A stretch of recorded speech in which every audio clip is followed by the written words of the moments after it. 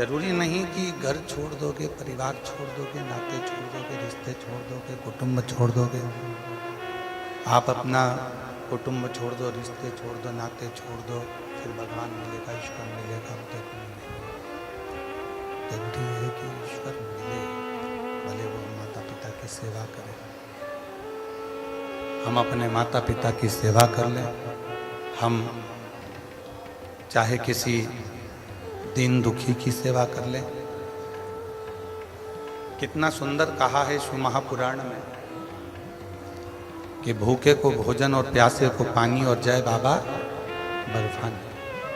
अर्थात दरवाजे पर आया हुआ कोई प्यासा है, दरवाजे पर आया हुआ कोई भूखा है, उसको भी यदि हम भोजन करा रहे हैं, प्यासे को पानी पिला रहे हैं, तो ये सेवा भी, ये सेवा भी भगवान शंकर की सेवा।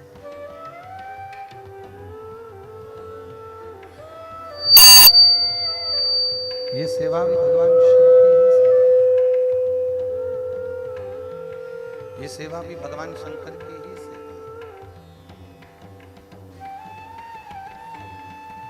किसी को एक बड़ा सुंदर एक प्रसंग चंचुला देवी ने पूछा, मुझे मेरे पति की चिंता। चंचुला देवी बोल रही, तो तुमरुका जी ने पूछा कि तुम्हें तुम्हारे पति की क्या चिंता है? तो कहा कि मेरा पति प्रेत योनि में पड़ा हुआ और मेरा पति प्रेत योनि में पड़ा है और वो प्रेत योनि से बाहर नहीं निकला, तो उसकी चिंता तो मुझे है। जो प्रेत योनि में पड़ा हुआ है, प्रेत योनि से बाहर नहीं निकल रहा है, उसकी चिंता तो मुझे व्यापेगी। तो तुमरुका जी ने कहा कि यदि तुम्हें चिंता है कि तुम्हारा पति प्रेत योनि में है, तो तुम क्या कर सकते हो? तुम उसके लिए करोगे क्या? क्या कर सकते हो? तो चंचुला देवी ने कहा कि मैंने सुना है, पार्वती माता ने मुझसे कहा है, पार्वती जी ने मुझसे कहा है, माँ जगत जननी जगदम्बा पार्वती जी मुझसे बोली है कि आप यदि शिव महापुराण की कथा करवाती हो और उस कथा को यदि तुम्हारा पति श्रवण करता है, तो निश्चित है कि वो प्रेत योनि से छूट जाए, प्रेत योनि से मुक्त हो। चंचुला देवी कहती है कि मुझे चिंता व्याप है, मेरा पति प्रेत योनि में है, उस प्रेत योनि से मुक्त करने की मुझे चिंता व्याप है। संसार सागर में ऐसे ना जाने कितने हैं जो केवल एक चिंता के घेरे में घिरे हुए।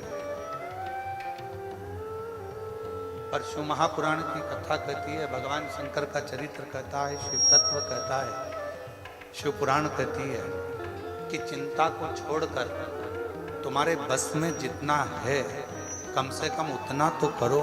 जब तुम्हारे बस में जितना होगा उतना भी तुम करोगे तो तुम्हारी चिंता धीरे धीरे मिटना प्रारंभ हो जाएगी और शिव की कृपा। आज व्यक्ति के बस में जितना है वो उतना भी नहीं करना चाहिए। कई लोग ऐसे भी हैं संसार सागर में जो ये विचार करते रहते हैं कि जो करेगा वो ईश्वर करेगा, मुझे कुछ करना ही नहीं। कई लोग ऐसे हैं संसार सागर में जो विचार कर कर बैठे हैं कि मुझे कुछ नहीं करना, करेगा तो ईश्वर करेगा, जो करेगा वो परमात्मा करेगा, जो करेगा वो ईश्वर करेगा। तो ईश्वर कब करता है, भगवान कब साथ देता है? जब आप कुछ कर्म करो। और आप यदि कोई कर्म करोगे ही नहीं, कोई कर्म करना ही पसंद नहीं करोगे, तो ईश्वर कैसे साथ देगा? तेरे मंदिर में आना मेरा काम है और मेरी बिगड़ी बनाना तेरा। अभी इन लाइन में आप खुद भी बोल कर देखिए। आप बोलो उसको, तेरे मंदिर में आना मेरा काम है और मेरी बिगड़ी बनाना तेरा काम है। मतलब बिगड़ी कब बनाएगा? तेरे मंदिर में जब मैं आऊँगी। मतलब मैंने प्रयास करा तेरे मंदिर में आने का, मैंने प्रयास करा तेरी कथा को श्रवण करने का, मैंने प्रयास करा तेरे मंदिर में जाकर एक लोटा जल चढ़ाने का, मैंने प्रयास करा तेरे शरणागति ग्रहण करने का, मैंने प्रयास करा श्री शिवाय नमस्तुभ्यम बोलने का, मैंने प्रयास करा भगवान की भक्ति करने का। जब अपन प्रयास करेंगे तो ये निश्चित है कि भगवान देव अधिदेव महादेव करुणा जरूर करेंगे, कि निश्चित है। और जब हम प्रयास ही ना करें, हम प्रयास करते ही नहीं, हम सोचे कि जो कुछ करेगा सब ईश्वर करेगा, जो कुछ करेगा सब ईश्वर करेगा, जो कुछ करेगा सब ईश्वर करेगा, जब इसी चीज में आगे हो जाए तो जीवन का कोई सुख हम ले नहीं सकता। तेरे मंदिर में आना मेरा काम है और मेरी बिगड़ी बनाना तेरा।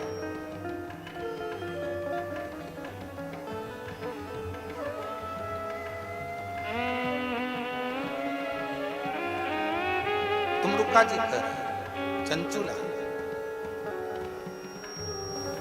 जितना मनुष्य के बस में होता है उतना यदि मनुष्य अपना कर्म करते हैं, जितना मनुष्य के बस में,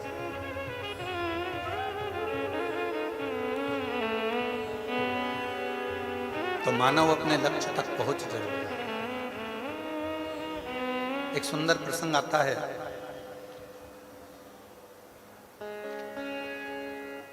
एक त्रिकारी नाम का एक केवट था। शिव महापुराण का बड़ा सुंदर प्रसंग है। केवट का नाम था त्रिकारी।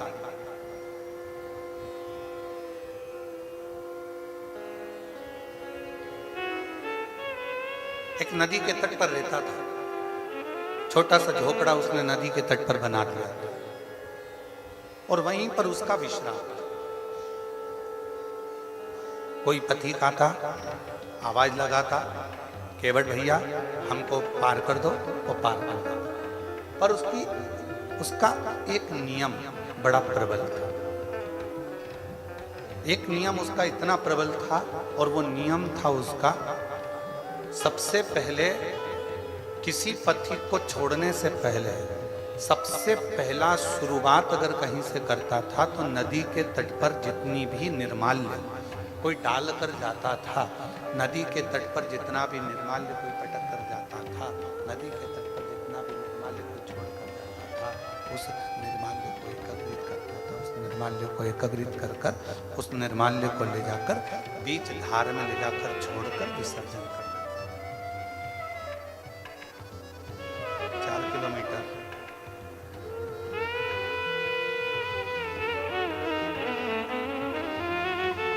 निर्माल्य को बीच धार में छोड़कर जाता था। पूरे तट का निर्माल्य एकत्रित करता और एकत्रित करने के बाद उसको बीच धार में पानी भरकर जहां पानी बहता उसी में उसको छोड़ देता। त्रिकारी केवट केवल एक ही कार्य करता था कि जितना भी निर्माल्य मिल जाता नाव में रख लेता और उसको बीच धार में छोड़ देता। बीच। और शिव पुराण क्या कहती है, कोई भी कर्म बेकार नहीं होता, उसका फल जरूर मिलता। संसार सागर में जन्म लेने वाला मनुष्य जो करता है उसका फल 100 गुना मिलता जरूर है। एक चावल का दाना मनुष्य पृथ्वी में बोता है, 100 चावल के दाने प्राप्त करता है। एक गेहूं का दाना पृथ्वी में बोता है, 100 गेहूं के दाने प्राप्त करता है। एक सोयाबीन का दाना पृथ्वी में बोता है, 100 सोयाबीन के दाने प्राप्त करता है। एक तिल्ली जमीन में बोता है, 100 तिल्ली प्राप्त करता है। उसी तरह मनुष्य एक गाली अगर किसी को देता है तो 100 गाली उसको सुनने को भी मिल जाती है। और एक अच्छी वाणी अगर मुख से बोलता है तो 100 जगह से उसकी बड़ाई हो जाती है। उसी तरह एक अच्छा कर्म जब हम अपनी जिंदगी में करते हैं तो 100 अच्छे कर्म वाले हमसे जुड़कर हमारी मंजिल तक हमें पहुंचाने का प्रयास है। वो 100 गुना अपने आप होगा।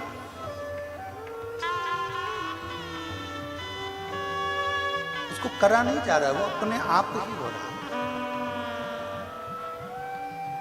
और मैंने तेरे भरोसे बाबा, तेरे ही भरोसे हवा चलती जाए, बाबा डोर है तो छठी नाम कटी जाएगी।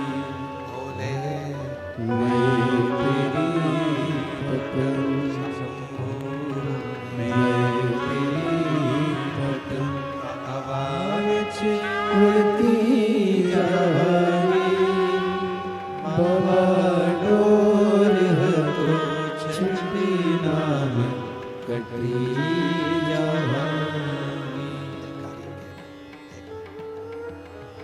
एक कर्म अच्छा करिए, सो कर्म अपने आप अच्छे होने लगे। एक काम अच्छा करिए, सो काम अच्छा।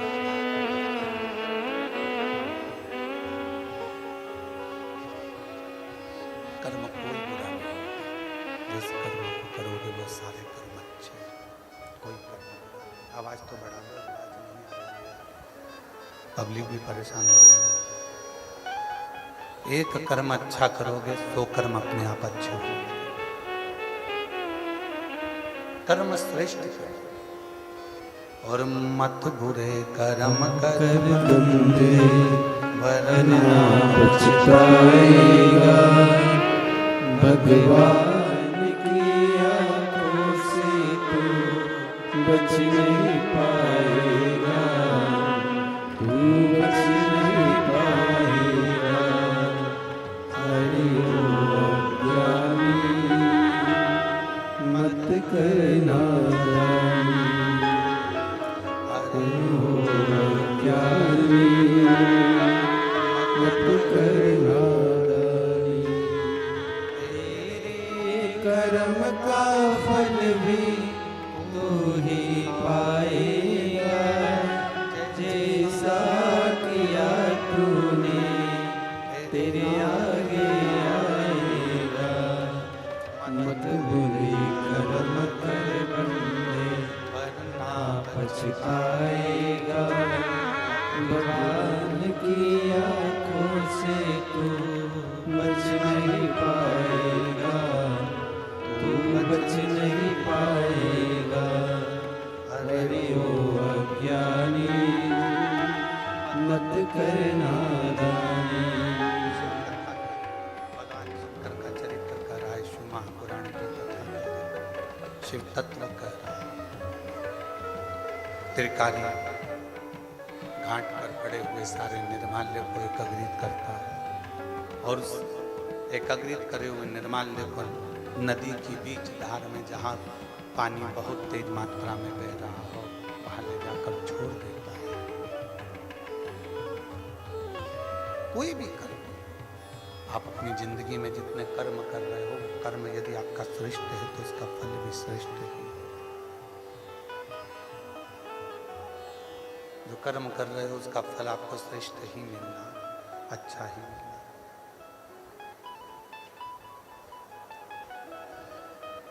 अब त्रिकाली का नियम था रोज का, प्रतिदिन का। आवाज खोलो ना बाहर की, आवाज खोलो बाहर। पब्लिक को आवाज नहीं आ रही है। त्रिकाली का जो नियम था उस नियम से भगवान शिव बड़े प्रसन्न हुए, भगवान शंकर बड़े प्रसन्न और इतने भगवान देवादित्य महादेव प्रसन्न हो गए कि भगवान शिव एक साधु का रूप रखे और भगवान शंकर साधु का रूप रखकर आज त्रिकारी की परीक्षा लेने के लिए चले। और याद रखना, 33 कोटि देवता में यदि परीक्षा लेने का हक किसी का है तो वो देवाधिदेव महादेव का, शिव का। और रिजल्ट देने का भी अगर हक किसी का है तो वो देवाधिदेव महादेव का। हमने पहले भी कथा में काज फिर कहते हैं, तुम मंगलवार का व्रत कर लो, बुधवार का कर लो, चाहे शनिवार का कर लो, चाहे इतवार का कर लो, कोई भी व्रत कर लो, तीज का कर लो, चतुर्थी का कर लो, अष्टमी का कर लो, नवरात्रि का कर लो, चाहे तुम जिसका व्रत कर लो, उस व्रत तुम किसी भी देवता का करोगे पर फल तुम्हें मिलेगा तो केवल शिव जी के पास आकर ही मिलेगा। व्रत तुमने किसी भी देवता का करा है, देवता भी फल देने से पहले शंकर जी से पूछते हैं कि इसने मेरा ये व्रत धारण करा था, पृथ्वी पर रहकर इसने व्रत किया था, इस व्रत का पुण्य फल आपको देना है। तब शिव जी उस व्रत का पुण्य फल निकालकर उसको देते हैं, शंकर का। ये उसी तरह, चाहे तुम मौसी सास को कितनी भी चाय पिला लो, मौसी सास तुमको सोने की चेन नहीं देगी। देगी क्या? हो सकता है तुम्हारी मौसी सास दे दे। तुम मौसी सास को कितनी भी चाय पिलाओ, तुम बुआ सास के कितने भी पांव दबाओ, चाहे उसके पांव में तेल लगाओ, तो भी वो अपनी प्रॉपर्टी का हिस्सा नहीं। चाहे तुम मामी सास के पांव दबाओ, चाहे तुम चाची सास के पांव दबाओ, चाहे तुम ताई सास के पांव दबाओ, तुम चाहे किसी के भी पैर दबाओ, वो अपनी प्रॉपर्टी का हिस्सा तुमको नहीं देगी। केवल देगी, भले तुम सास का पांव मत दबाओ, भले तुम उसको चाय मत पिलाओ, तो भी वो अपनी हिस्सा मरते मरते देके तुमको ही जाएगी। वो चाहे तुम कैसे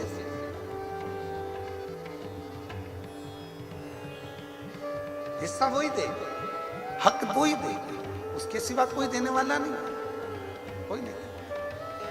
तुम चाय पिलाओ तो ठीक है, ना पिलाओ तो ठीक है, पानी पिलाओ तो ठीक है, ना पिलाओ तो ठीक है। उसी तरह तुम शंकर जी के मंदिर जाओ तो ठीक है, तुम शिव जी को एक लोटा जल चढ़ाओ तो ठीक है, तुम बेलपत्री चढ़ाओ तो ठीक है, ना चढ़ाओ तो ठीक है। तुम किसी भी देवता को भज लो, पर आखिरी में रिजल्ट तो शंकर जी ही बनाएंगे, सिग्नेचर उन्हीं के होंगे, और रिजल्ट तुम्हारे हाथ में उन्हीं के माध्यम से आना होगा। क्यों? क्योंकि ब्रह्मा ब्रह्म लोक के देवता हैं और भगवान विष्णु वैकुंठ लोक के देवता हैं, इंद्र लोक के देवता हैं, और मेरे देव अधिदेव महादेव इस मृत्यु लोक के देवता हैं। मृत्यु लोक का अगर कोई रिजल्ट बनाएगा, तुम्हारे स्कूल का रिजल्ट तुम्हारे प्रिंसिपल टीचर बनाते हैं।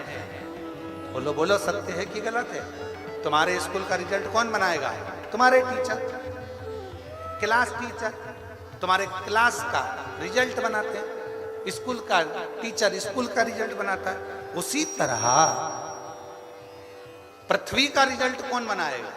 इस पृथ्वी पर जन्म लेने वाले जितने भी जीव हैं, जलचर हैं, थलचर हैं, वायुचर हैं, जितने भी जीव हैं, मनुष्य हैं, संसार के ये मानव, संत, साधु, सन्यासी, तपस्वी, साधक, उपासक, बैरागी, त्यागी, जितने भी संसार में जन्म लेने वाला, चाहे साधारण सा साधारण, कोई गरीबड़ा भी है, कोई अमीर भी है, कोई कैसा भी है, इन सब का रिजल्ट अगर कोई बनाएगा तो आखिरी में देवाधिदेव महादेव ही बनाएंगे कि इसने कितना भजन करा, कितना पुण्य करा, कितना सत्कर्म करा, कितनी कीर्ति, कितना भजन, कितना कीर्तन, क्या करा इसने। आखिरी का रिजल्ट वही बना, कोई दूसरा नहीं।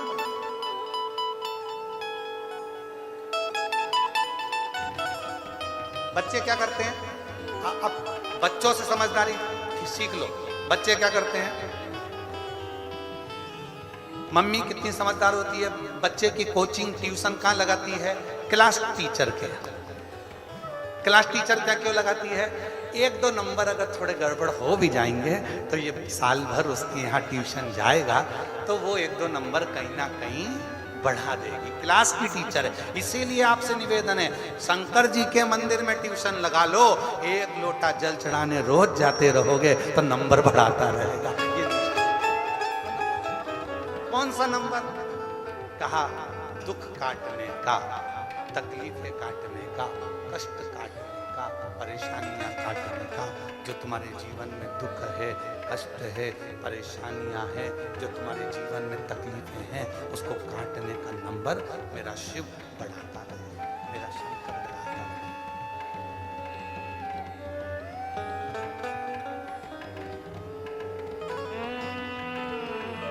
इसीलिए आप लोगों से पहले भी काज फिर कहते हैं, ऐसे दयालुनाथ से रिश्ता बनाइए,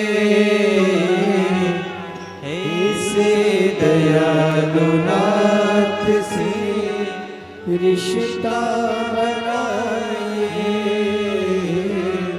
मिलता रहेगा आपको जो कुछ भी चाहिए,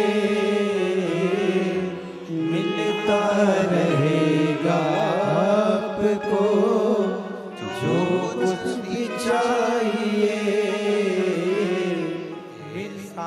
करिश्मा होगा जो हुआ कभी नहीं, ऐसा करिश्मा होगा जो हुआ कभी नहीं। मांगा है भोलेनाथ से वरदान लेके, मांगा है भोलेनाथ से वरदान लेके,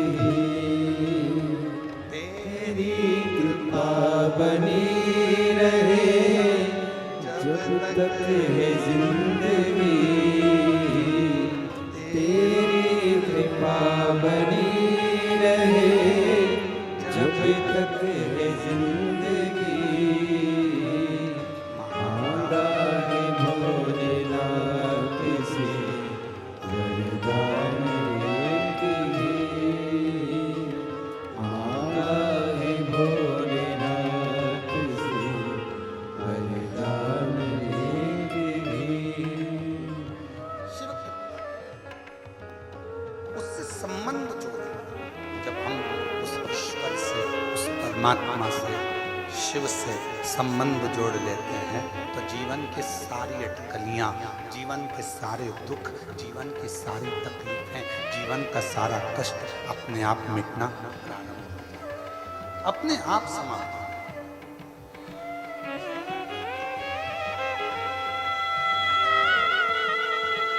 थोड़ा बहुत यदि अब कथा देखिए,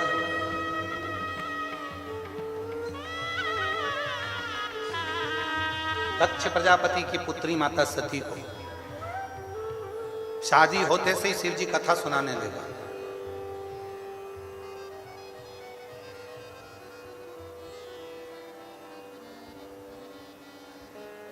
सीधे कथा सुनाने। आपकी शादी के बाद तो आपके पति आपको होटल ले गए होंगे, शॉपिंग मॉल ले गए होंगे, सोना चांदी की दुकान पे ले गए होंगे, घूमने फिराने ले गए होंगे, पर मेरे देव अधिदेव महादेव का जब माता सती के साथ विवाह हुआ तो शिवजी सबसे पहले सती को कुंभज ऋषि की यहाँ कथा सुनाने ले गए, अगस्त ऋषि की यहाँ कथा सुनाने ले गए सबसे पहले। क्यों? कहीं दर्शन कराने ले जाते, कहीं तीर्थ में, कथा सुनाने ले जाने की क्या जरूरत थी? उसका एक कारण था, ये जो कान है ना, माता सती जब बचपन से शिव जी की साधना आराधना करती थी तो दक्ष प्रजापति उनको शंकर जी के लिए अपशब्द कहा करते थे, खूब आड़ा खड़ा करते थे, खूब निंदा करते थे। दक्ष प्रजापति भी निंदा करते थे, माता सती की बहनें भी निंदा करती थी शिव जी की। वो निंदा जो सती माता के कानों में भरा चुकी थी, उस निंदा के रस को शंकर भगवान सबसे पहले बाहर निकालना चाहते थे, इसलिए कथा सुनाने के लिए ले गए कि ये रस निंदा का बाहर निकल जाए। जब निंदा बाहर निकल जाएगी तो तू मेरी हो जाएगी, फिर संसार सागर तुझे ठीक नहीं दिखेगा, केवल शिव ही दिखेगा, शंकर ही नजर आएगा।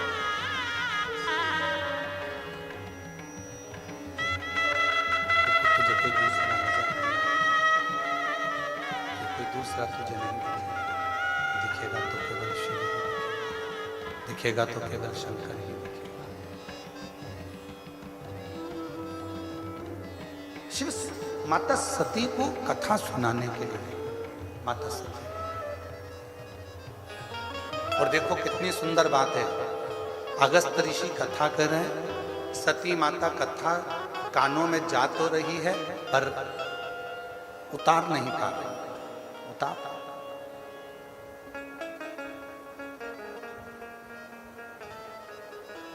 हम तो आपको धन्यवाद देते हैं, जितनी परीक्षा हमारी जिंदगी में हमने 30 साल में कथा देखी है और हर जगह कथा करने गए हैं, और एक एक महीने में 3-3, 4-4 कथा होती है।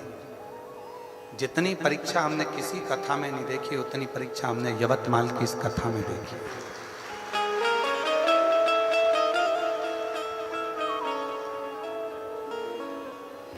पंडाल उड़ रहे हैं, भोजनशाला का पंडाल कहीं नीचे रखा जाता है, कहीं साउंड सिस्टम हरे रामा हरे कृष्णा,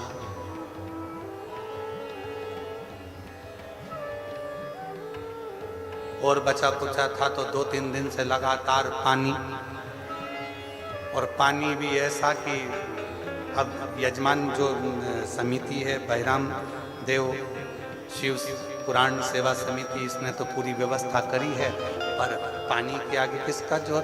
ऐसा पानी गिरे, पानी भी ऐसा गिरे जैसे सावन और भादों का, गरज गरज के बरस बरस के। अच्छा, हमको तो ऐसा लग रहा था कि भगवान भी साउंड की टेस्टिंग कर रहे हैं, हमारा साउंड वाला तो गड़बड़ हो गए, तो भगवान सोचे कि मैं मेरा साउंड देखूं कहीं मेरा तो गड़बड़ नहीं हो गया, तो वो भी टेस्टिंग कर रहे थे। बिजली चमचा चमका चमका के, बिजली चमका चमका के देखा, टार्च मार मार के कोई गई कि नहीं गई घर। फिर देखा इंद्रदेव ने कि वो तो पंडाल में अभी भी बैठी है, तो कि एक बार फिर कर जाओ, फिर देखो बिजली चमका के, गई नहीं गई।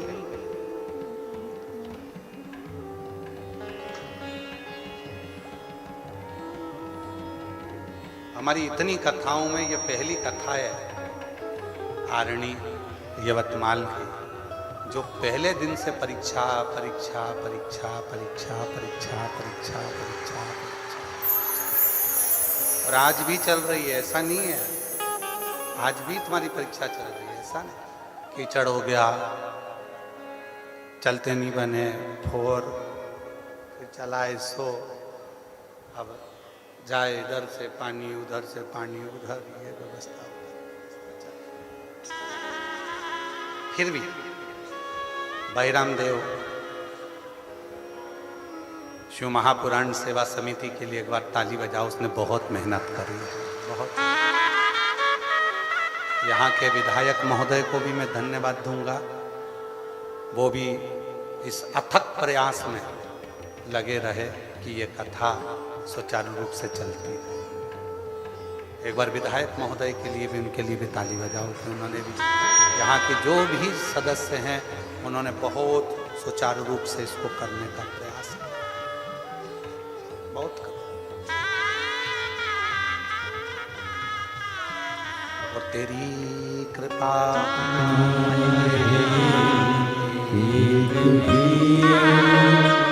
लेते हैं सांस तेरी कृपा से, तनु तनु बखान क्या करूं मैं, लाखों के ढेर का, चपटी भभूत में खजाना कुबेर का, मुक्ति द्वार ओंकार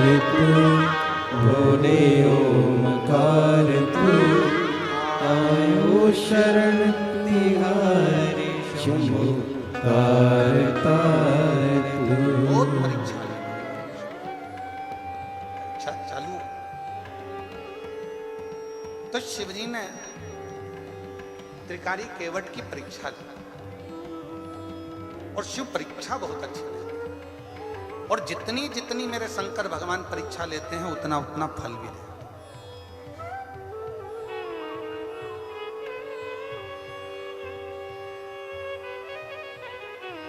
फिर स्मरण करिए, ऐसे दयालु नाथ से रिश्ता बनाइए, अपनी ट्यूशन ऐसी जगह लगाइए जहां प्रैक्टिकल में नंबर कम हो तो तुरंत बढ़ जाए। हम पाप की गठरी हैं। संसार में जन्म लेने वाला प्रत्येक मनुष्य चाहे कितना बड़ा भी पद पर क्यों ना बैठ जाए तो भी उसकी जिंदगी में उससे पाप हो ही जाता है।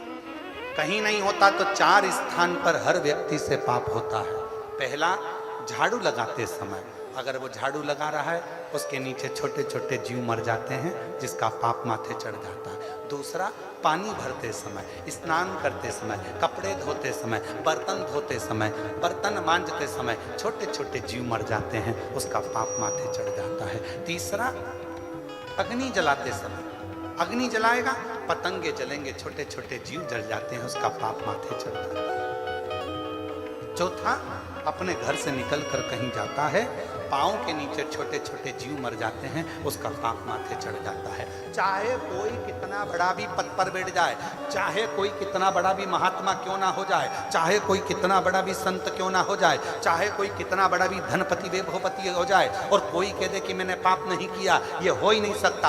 4 स्थान ऐसे हैं जहाँ पर हर व्यक्ति से पाप होता है। झाड़ू लगाते समय, चलते समय, स्नान करते, कपड़ा धोते, बर्तन धोते, अग्नि प्रकट करते, भोजन बनाते, अग्नि को सेकते, ये सब 4 स्थान पर थोड़ा ना थोड़ा पाप हर व्यक्ति से होता है। हर व्यक्ति के मस्तक पर पाप की गठरियां बंधी होती है।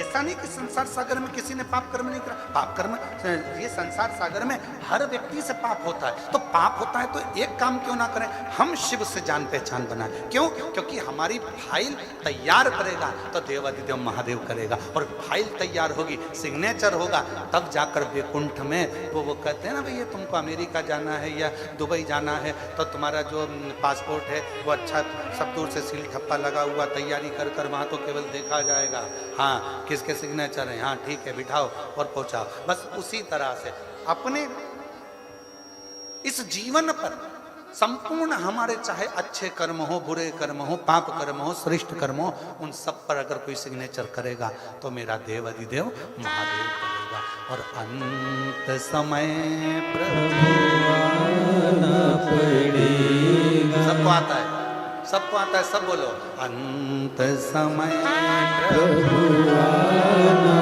पड़ेगा, वचन दिया तो निभाना पड़ेगा। आए न आए प्रभु कुटुंब कबीला, अंत समय प्रभु आना पड़ेगा। वचन दिया तो निभाना पड़ेगा, अंत समय प्रभु आना पड़ेगा। पास में आपने जल चढ़ाया, आपने भजन करा, आपने बेलपत्र चढ़ाई, आपने मंदिर में झाड़ू लगाई, आपने पोछा लगाया, सब सेवा का रजिस्टर उसके पास तैयार है।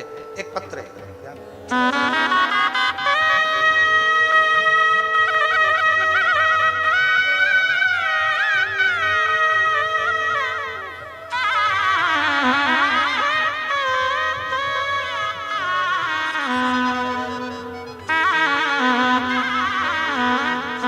मेरा नाम जय श्री रविंद्र टेहरे, मेरा मोबाइल नंबर ये है।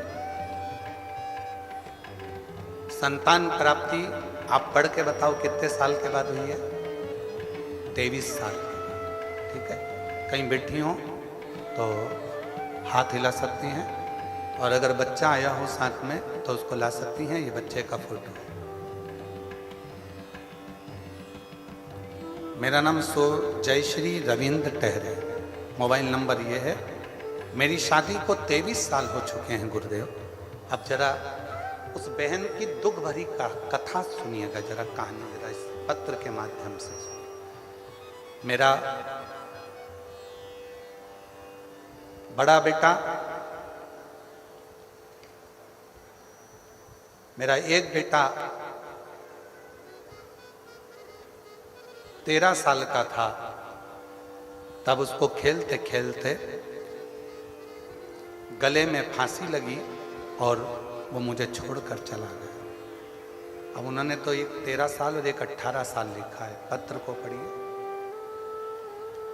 एक 13 साल का लड़का था, उसको भी फांसी लगी, वो चला गया खेलते खेलते बच्चों के साथ। दूसरा बेटा था मेरा 18 साल का, वो भी मुझे छोड़कर चला गया। एक 13 साल का गया, एक 18 साल का, वो भी मुझे छोड़कर चले गए। बहुत दुख होता था गुरुदेव, दिन रात रोती थी, आंख से आंसू बहता रहता था। घर के बाहर बैठी हुई, दिया लगाना भी बंद कर दिया था घर के बाहर। एक दिन बैठी थी, तब किसी एक बच्ची ने आकर कहा, वो सीहोर वाला बाबा कथा कहता है, उसकी कथा तो टीवी पर सुना कर काकी, वो बाबा सबकी सुनता है। टीवी पे कथा सुनने से कोई बच्चा हो जाता? मैंने उस बच्ची को थोड़ा चिल्लाया, बच्ची चली गई। फिर मन में आया कि वो सीहोर वाला बाबा है कौन। टीवी चालू करी, आस्था चैनल, कथा सुनना प्रारंभ करी और बाबा से वहीं बैठकर प्रार्थना करी, बाबा कृपा कर, मैं कहीं नहीं जा सकती क्योंकि मेरे 2 बेटे चले गए, लोग मुझे अपशब्द कहते हैं। मेरा 13 साल का और मेरा 18 साल का बेटा चले गया, लोग मुझे आड़ा टेढ़ा कहते हैं, मैं किसको मुंह दिखाऊं? अब तू ही कुछ कर सकता है। मैं नहीं जानती थी कि शिव जी पे जल चढ़ाने का क्या फल होता है। मैंने बस एक नियम लिया, भगवान शंकर के मंदिर में जाना, रोज मंदिर जाती, लोटा भर के जल चढ़ाती, आचमन करती, बाबा के मंदिर में झाड़ू लगा देती, पोछा लगा देती। गुरुजी आप कहते हो उसके पास में सबका हिसाब है, हो सकता है मेरे बाबा ने हिसाब रखा और 23 साल के बाद मेरे घर में पुत्र रत्न की प्राप्ति हो गई। 23। एक 13 साल का बेटा चले गया, एक 18 साल का बेटा चले गया।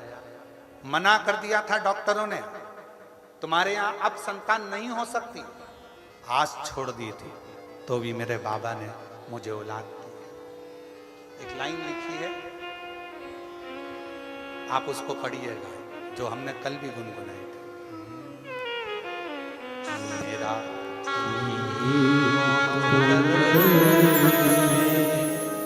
जिसे हर दर्द कहता मेरा तो हमदर्द है, जिसे हर दर्द कहता दुनिया के आगे प्रभु चुपचाप मेरा दुनिया के आगे प्रभु चुपचाप मेरा तू ही तो हमदर्द है, जिसे हर दर्द कहता हूँ। मेरा तू ही तो हमदर्द है, जिसे हर दर्द कहता हूँ। आया नजर ना कोई भी अपना, जब मुझको दरकार थी, जब मुझको दरकार थी, तब मेरे पद का जीवन के रथ का तू ही बना सारथी, तू ही बना सारथी। राघव ने की हर कदम पर निगहबानिया, मेरा तू ही तो हमदर्द है, जिसे हर दर्द कहता हूँ, मेरा तू ही तो हमदर्द है, जिसे हर दर्द कहता हूँ।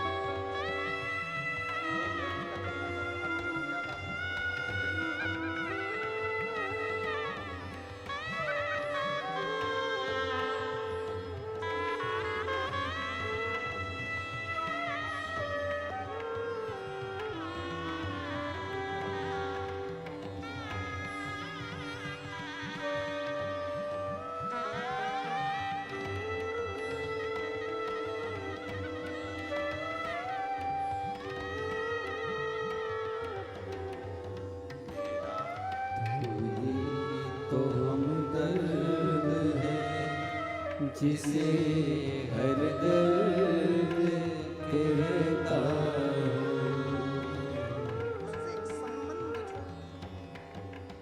जब एक संबंध उस शिव से जुड़ जाए, एक संबंध जब मेरे देवादिदेव महादेव से जुड़ जाए,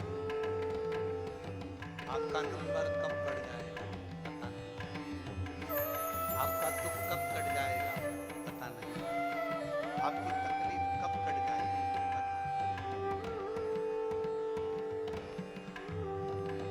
कब दुख कटेगा, कब तकलीफ मिटेगी। शिव परीक्षा ले रहा है, परिणाम भी देता है, रिजल्ट भी देता है। और जब देता है तो दुनिया का सारा सुख प्रदान कर देता है। त्रिकारी के दरवाजे पर आवाज लगाई सुबह सुबह एक साधु ने, मुझे पार कर दो, उस पार जाना। शिव साधु बनकर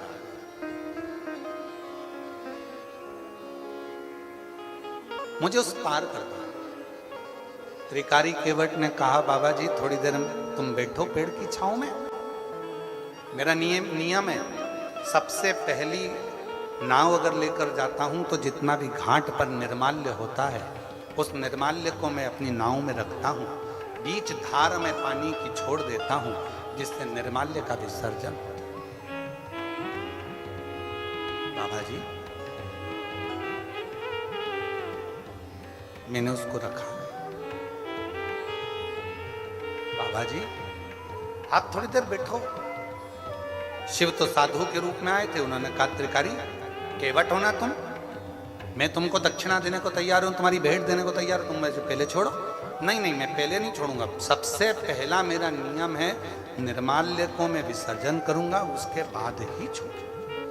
अब तो साधु ने कहा कि मैं तुझे तेरी उतराई दुगनी दूंगा। साधु जैसे ही बोले तो केवट त्रिकारी ने कहा नहीं नहीं, मैंने को नहीं चाहिए, मैं तेरी उतराई 4 गुना दूंगा, मुझे उतराई नहीं चाहिए। मैं तेरी उतराई 50 गुना दूंगा, नहीं। साधु ने अपनी झोली में से एक पोटली निकाली, भरी हुई असरफियों की, असरफी की पोटली रख दी केवट के सामने। त्रिकारी केवट ये ले असरफियों की पोटली, और सबसे पहले मुझे उस पार छोड़ दे, बहुत जरूरी काम है, फिर तू तेरा काम करना।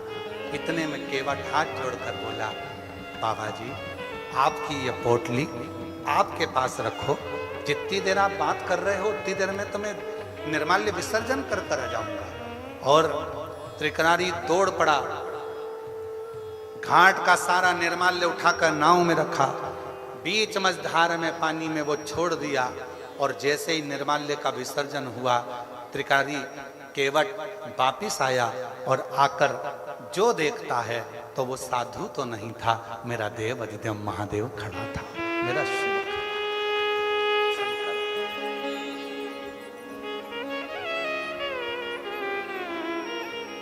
कोई दूसरा नहीं था, वो मेरा शिव था, वो मेरा शंकर था।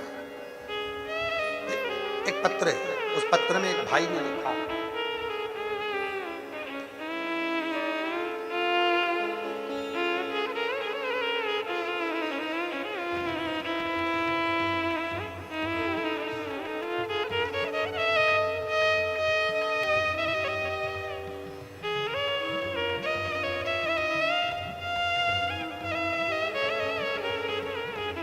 स्वाति विजेंद्र पाठक, रायपुर छत्तीसगढ़ से, कहीं बैठी हो, रायपुर छत्तीसगढ़ से स्वाति विजेंद्र पाठक रायपुर छत्तीसगढ़ से आई है। कहीं बैठी हैं आप ही हैं? आ जाओ। एक बेलपत्र लेकर, एक लोटे जल का मैं क्या वर्णन करूं। मैं रायपुर छत्तीसगढ़ की रहने वाली हूं। सन 2024 से मेरे पति विजेंद्र पाठक, इनका पेट 2024 में मेरे पति विजेंद्र पाठक, इनके पेट में दर्द रहता था। मेरे परिवार के लोगों ने उन्हें अस्पताल में दिखाया तो आराम मिला, और कुछ दिन के बाद बहुत ज़्यादा पेट में दर्द रहा तो हमने रायपुर के नारायण अस्पताल में भर्ती किया। वहाँ जांच की तो डॉक्टर ने कहा कि इनकी किडनी और पेनक्रियाज पूरे तरीके से खराब हो चुके हैं। इनका इलाज, इनकी हालत खतरे में है। फिर डॉक्टर ने कहा कि इनको वेंटिलेटर में रखना पड़ेगा। तब से 2 महीने तक वेंटिलेटर होना दिख नहीं रहा था। अस्पताल के बाहर रोज रोती मिली और उसने बताया कि नया रायपुर में कथा सुन ले, तुझे जरूर उसका लाभ मिलेगा।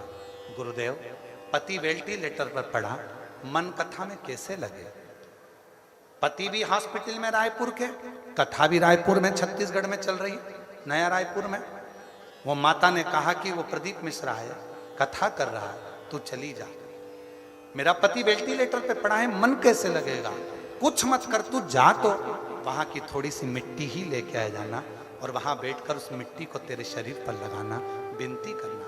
गुरुदेव, मैं नया रायपुर ऑटो कर कथा में पहुंच गई। पति वेंटिलेटर पर था और वहां जाकर मैंने कथा सुनी। वहां से थोड़ी सी मिट्टी उठाकर लेकर आई। डॉक्टर ने मना कर दिया, कुछ भी चीज अंदर नहीं जा सकती। मैं अपने कपड़े पर मिट्टी लगा ली और लगाकर अंदर वेंटिलेटर के पास चली गई और अपने पति के शरीर को मैंने उस मिट्टी को उसके शरीर से लगा दिया। गुरुदेव, 2 महीने से जो पति वेंटिलेटर पर था, बाबा की कृपा से 5 घंटे के अंदर वो वेंटिलेटर पे काम करना प्रारंभ करा और वेंटिलेटर से हट गया।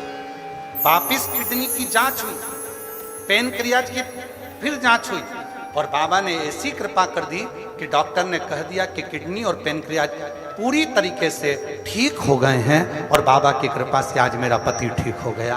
मैं बाबा को यहाँ प्रणाम करने के लिए। गुरुजी, एक निवेदन है, आपके पंडाल की मिट्टी में क्या है?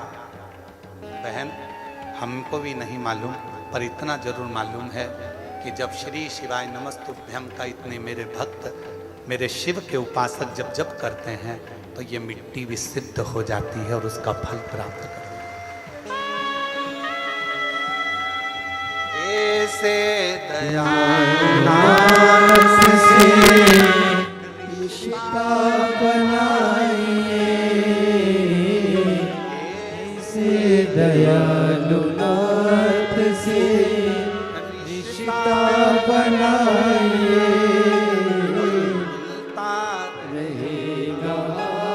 आपको जो कुछ भी चाहिए मिलता रहेगा, आपको कुछ भी चाहिए। ऐसा करिश्मा होगा जो हुआ कभी नहीं, ऐसा करिश्मा होगा जो हुआ कभी नहीं। मांगा है भोलेनाथ से वरदान लेके भी, मांगा है भोलेनाथ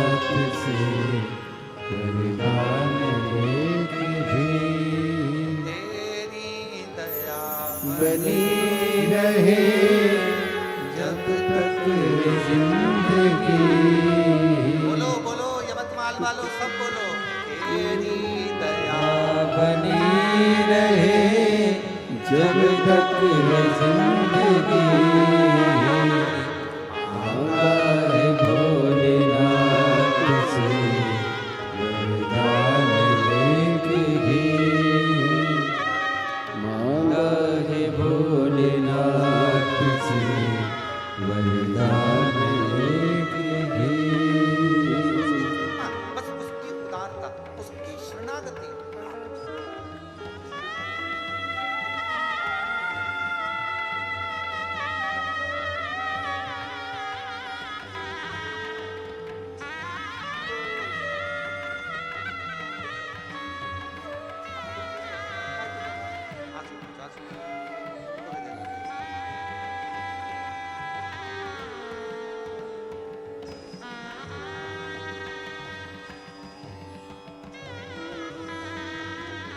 बेटी कह रही है बहुत ज़्यादा सीरियस थे, डॉक्टर ने तो हाथ ही ऊंचे कर दिए थे, 2 महीने से वेंटिलेटर पर। डॉक्टर ने कहा था 1% भी चांस नहीं है, केवल बॉडी ही जाएगी। बेटी पहुंच गई रायपुर, नया रायपुर ऑटो पकड़कर बैठ गई कथा के पंडाल में। पति हॉस्पिटल में, खुद कथा के पंडाल में पहुंच गई मिट्टी लगा के शरीर पे। और बाबा की कृपा से बेटा सावित्री के रूप में तुम हो जो अपने सत्यवान को वापिस लेकर आ गई। ये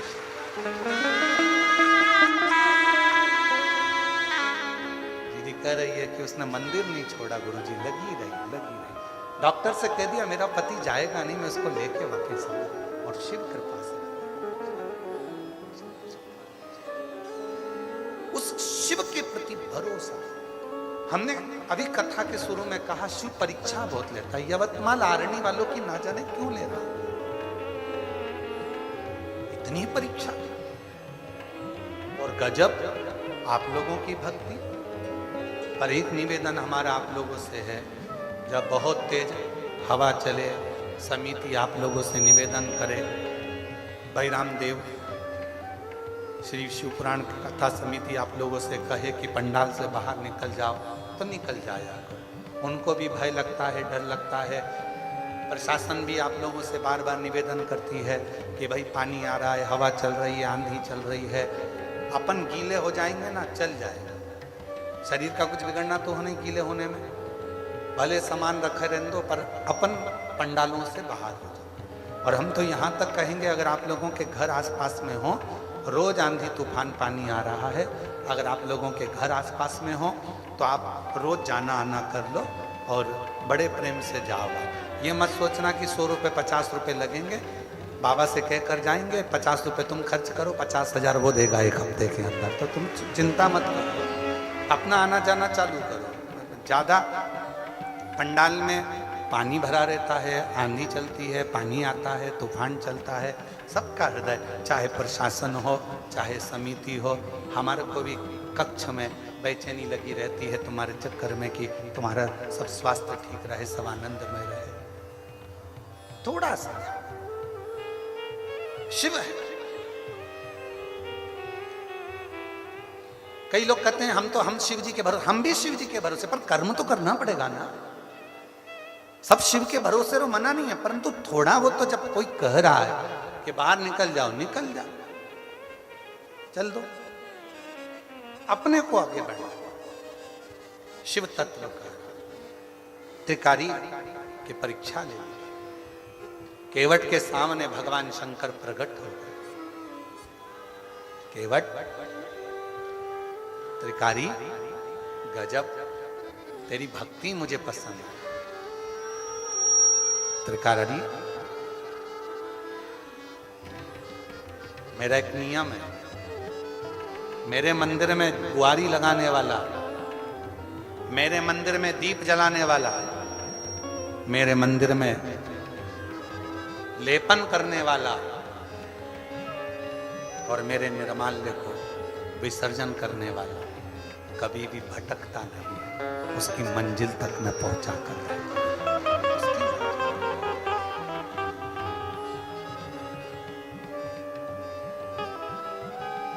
मेरी जीजियों,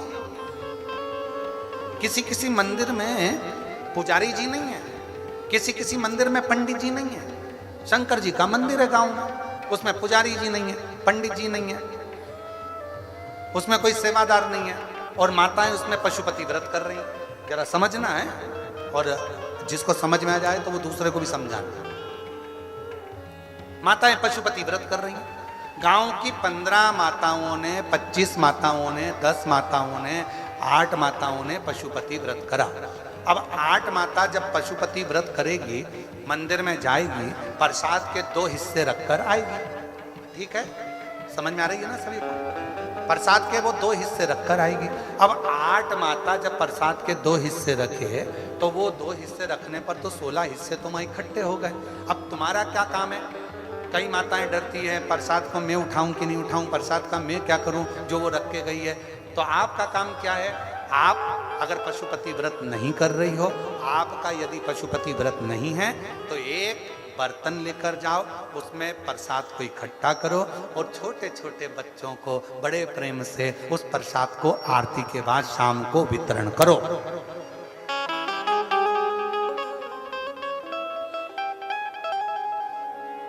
उस प्रसाद का वितरण करो। बच्चों को नहीं दे सकते तो गौ माता को, गौ माता को नहीं दे सकते कोई जीव को, पर उस प्रसाद को एकत्रित करना और उस प्रसाद को ले जाकर किसी को दे देना, मुख में आ जाना। और ये नहीं है कि गुरुजी वो दूसरे के पशुपति व्रत का प्रसाद मैं खा सकती हूँ कि नहीं खा सकती। तुम्हारा व्रत थोड़ी ना है, तुम्हारे उसने तो शिव जी को दिया है ना, उस भाग को तुम वितरण कर सकते हो बाबा से कहकर, बाबा ये भक्तों के लिए प्रसाद छोड़ कर गए हैं, आपके भक्तों के लिए है देना।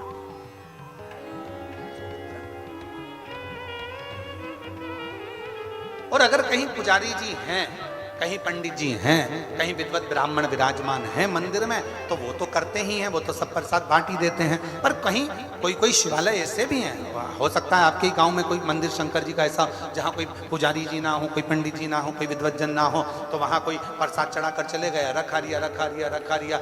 आपका फर्ज है, आप आए हो दर्शन करने के लिए, किसी को बांट सकते। आपका यदि पशुपति व्रत नहीं है तो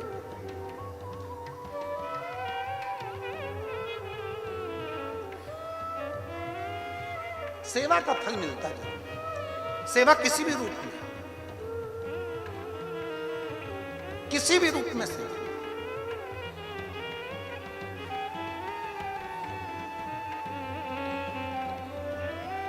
हमें याद आ रही है एक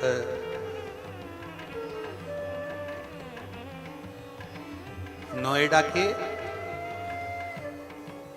एक अमित रघुवंशी नाम का एक लड़का, नोएडा में उसका मिलना हुआ।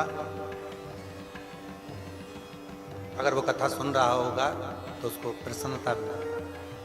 अमित रघुवंशी अच्छा बच्चा, 4 भाई हैं, 2 भाई दिल्ली में, वहीं नोएडा में है। उसने बहुत मेहनत कर ली, आखिरी में भी नोएडा में आने के बाद भी उसकी कोई जॉब नहीं लग रही। और हम वहीं कथा करने के लिए, वो स्कूल में कथा चल रही थी, हमारे कौन सा स्कूल था वो स्मरण में नहीं है हमको, हम वहाँ कथा कर रहे थे। वो आया मिलना है। अब हम तो कुछ बताते ना करते। उसने कहा गुरुजी प्रणाम, ऐसा ऐसा है, क्या करें? तो हमने कहा बस मंदिर में झाड़ू पोछा करो, सेवा करो, 1 लोटा जल चढ़ाओ, इससे बढ़कर क्या है? उसकी नौकरी करोगे तो वो तनख्वाह देना चालू करेगा। जिसकी भी नौकरी करोगे तनख्वाह तो देगा। वो अमित रघुवंशी ने शिव जी के मंदिर जाना चाहिए, और बाबा की ऐसी कृपा हुई, एक ही काम करता था, मंदिर में केवल जाता था, क्योंकि इतनी दूर लोटा ले जाने में उसको दिक्कत होती थी। तो मंदिर की जो बाल्टी होती थी पानी की, उस पानी की बाल्टी को नल से भरकर मंदिर में रख देता था। बस एक ही काम करता था, बाल्टी को भर के मंदिर में रख देता। और जो आता था वो मंदिर को 1 बाल्टी, जो दूर रहते वो लोटा नहीं लाते, तो वहां से भर भर के चढ़ाते। उसका फल ये मिला कि उस अमित रघुवंशी की नौकरी इतनी अच्छी कंपनी में लग गई। बाद में उसने पत्र लिखा, गुरुजी आज मेरी नौकरी अच्छी कंपनी में हो गई। ये शिव की उदाहरण, ये शिव। किसको नहीं दिया मेरे शिव